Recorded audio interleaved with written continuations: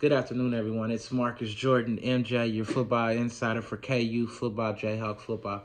I'm here to give my post-game analysis, as I do each and every Saturday after any KU football game. Um, you can reach me on Twitter at MJYZ8403. Anytime you want to talk about KU football, any player you want to talk about, any questions you might have for me, any film you might want to break down for me, any player might want to break down. I'm here to discuss and give you my insight or football overall in general. Um, as I stated last week, as the Jayhawks lost today against the Cyclones, Iowa State Cyclones. Today was a rough one for the Jayhawks as they went down 52-22. The Jayhawks appear to continue to struggle offensively. It's a lot of work that needs to be done. This is they are 0-6 overall, 0-5 in the conference, and last place in the Big 12 conference. The Jayhawks, like I stated, they need to get their offensive line together. It's something that is a big issue, as I can tell each and every week as the games continue to as the season continues to go along. I think that it's just looking bad overall. It's just bad football, and I hate to say it like that, but in a nutshell, it is what it is. If you are down, they were already down two offensive linemen from injury and other reasons, not being able to play today. And then today it just showed that the offensive line is not together as a unit. They're not clicking. The running backs aren't even given a chance to, rush the ball. I mean, KU had a total of 73 yards rushing today. 167 passing. That's a 240 yards in total offense, and that's simply not going to get it done when the opposing team's offense, which Iowa State, they had a total of 552 yards in total offense.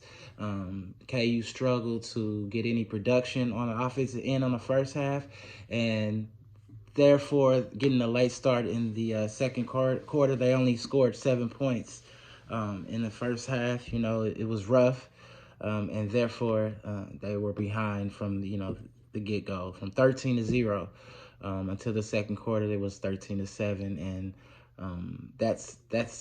that seems to be the story of Jalen Daniels and his inexperience. He went down later on in the game with what appears to be an ankle injury. I'll report that later on this week as I get more updates about his injury. He's a true freshman, and I've been saying that all year long, but I kind of have to see some type of progress here.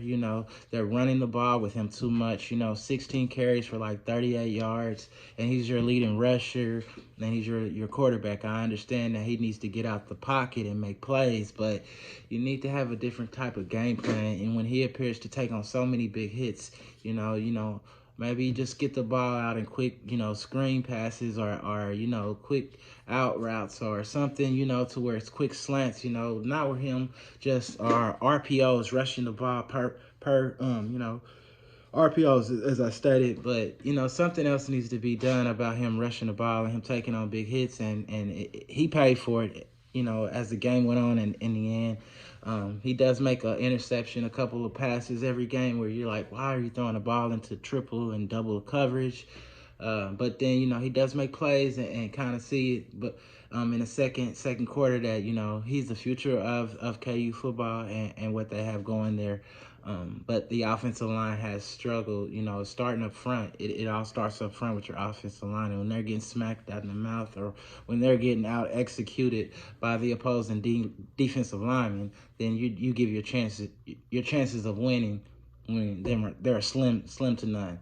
And that's why the Jayhawks are 0-6. Defensively, I really think the Jayhawks, they try. You can see that the Jayhawks defense that's where the focus of the team is, But if your defense can only hold on for so long, if your offense isn't showing any type of momentum or pushing the defense, the defense, I love that they're true freshmen, But I mean, when the opposing team has 552 yards, then you didn't do your job that day at all. And when a team